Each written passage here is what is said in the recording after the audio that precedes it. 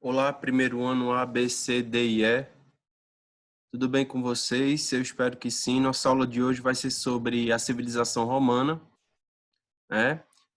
Nas últimas aulas nós falamos sobre a civilização grega e hoje nós vamos ficar com a civilização romana. Vamos tratar sobre economia, política e sociedade, tá?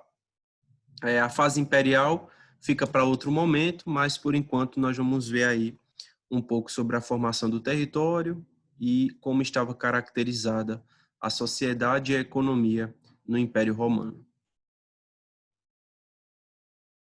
Como eu havia dito a vocês, o Império Romano é dividido por fases, né, como a monarquia, a república e o império, sendo que para hoje nós vamos falar um pouco sobre a sociedade e sobre a economia romana.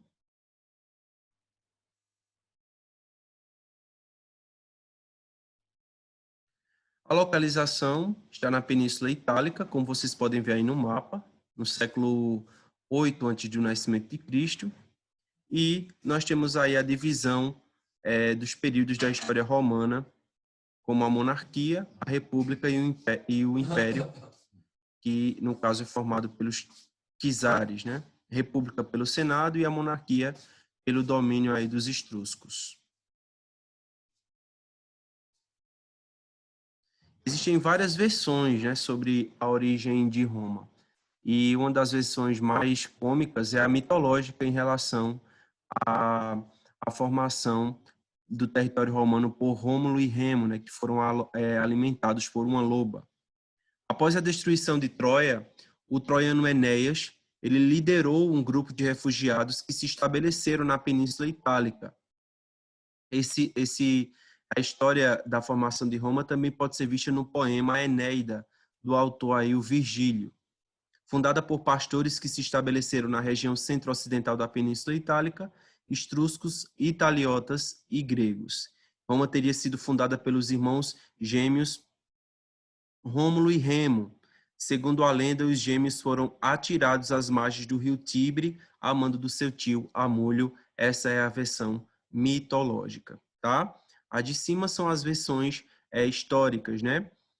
A do poema A Enéida, pelo autor Virgílio, que é a primeira que eu li para vocês agora, e a segunda é que Roma teria sido fundada por pastores que se estabeleceram ali na Península Itálica, no caso aí, formado por etruscos, italiotas e também gregos.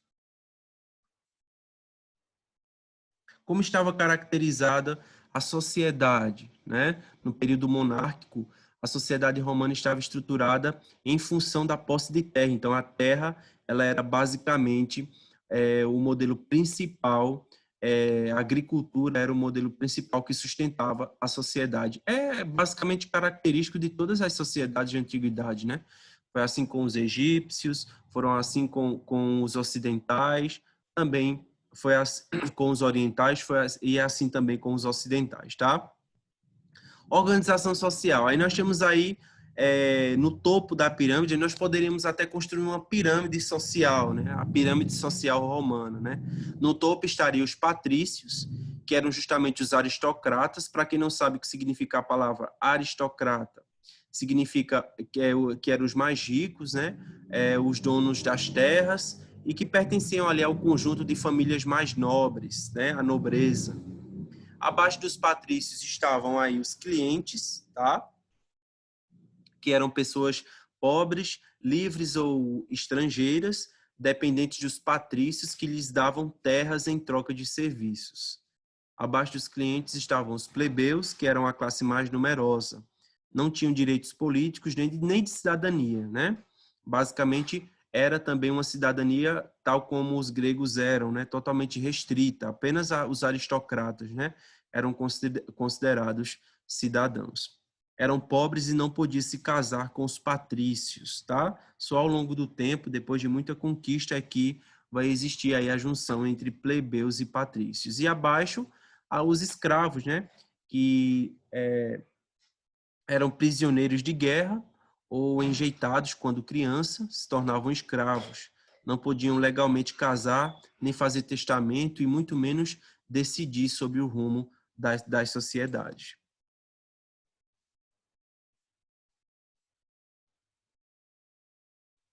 No período republicano, nós temos aí uma característica muito importante na política romana, era que o Senado ele era o órgão principal da República, né? Era considerado o órgão máximo da República, né? Funcionava como um órgão legislativo, né? Que criava leis para a nação, né? Para a sociedade, cabendo-lhe decisões sobre guerra, paz, controle das questões econômicas, orçamento público e etc. Quem era que exercia as funções no Senado? Eram os magistrados, né? Eram os mais letrados, né? Exerciam funções executivas e administrativas, dividindo em questores, pretores, edes, pontífices e censores. Esses eram os magistrados que exerciam as funções dentro do Senado, tá, pessoal?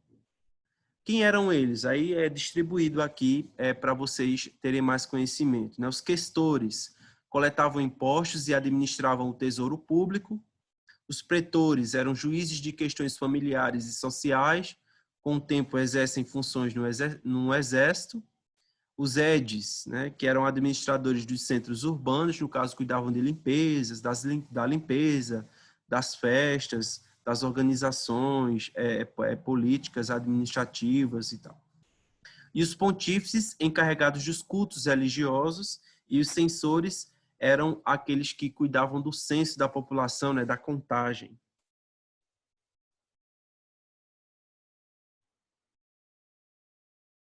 É interessante conhecer um pouco sobre os patrícios e os plebeus que acabaram se alinhando ao longo de muitos entraves na história romana. Distinção injusta entre as duas categorias sociais. Vocês viram que as sociedades eram bem distintas, né? Os patrícios eram justamente a classe rica, né?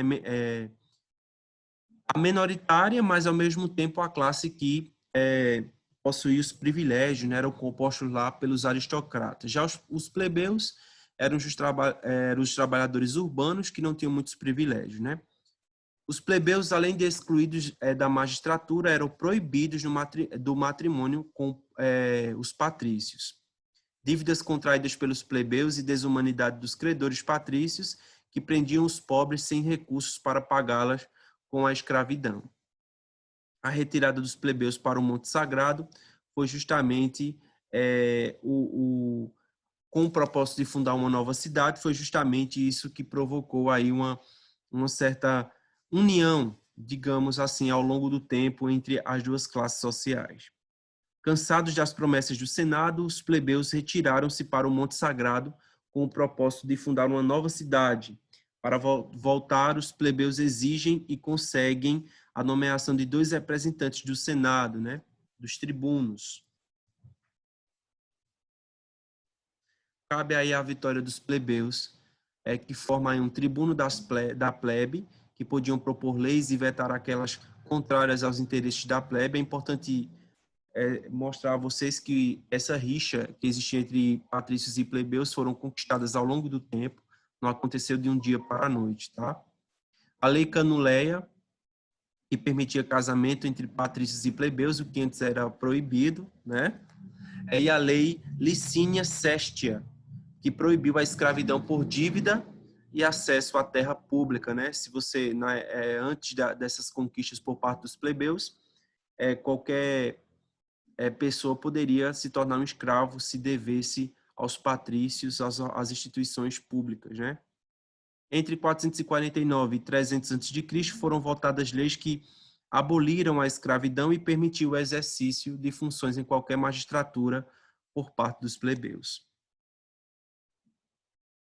Aí nós temos aí o Senado, o Consulado e o Ditador, que formava aí a organização política de Roma. Conservou-se durante muito tempo na República. Era formado pelos chefes das principais famílias romanas.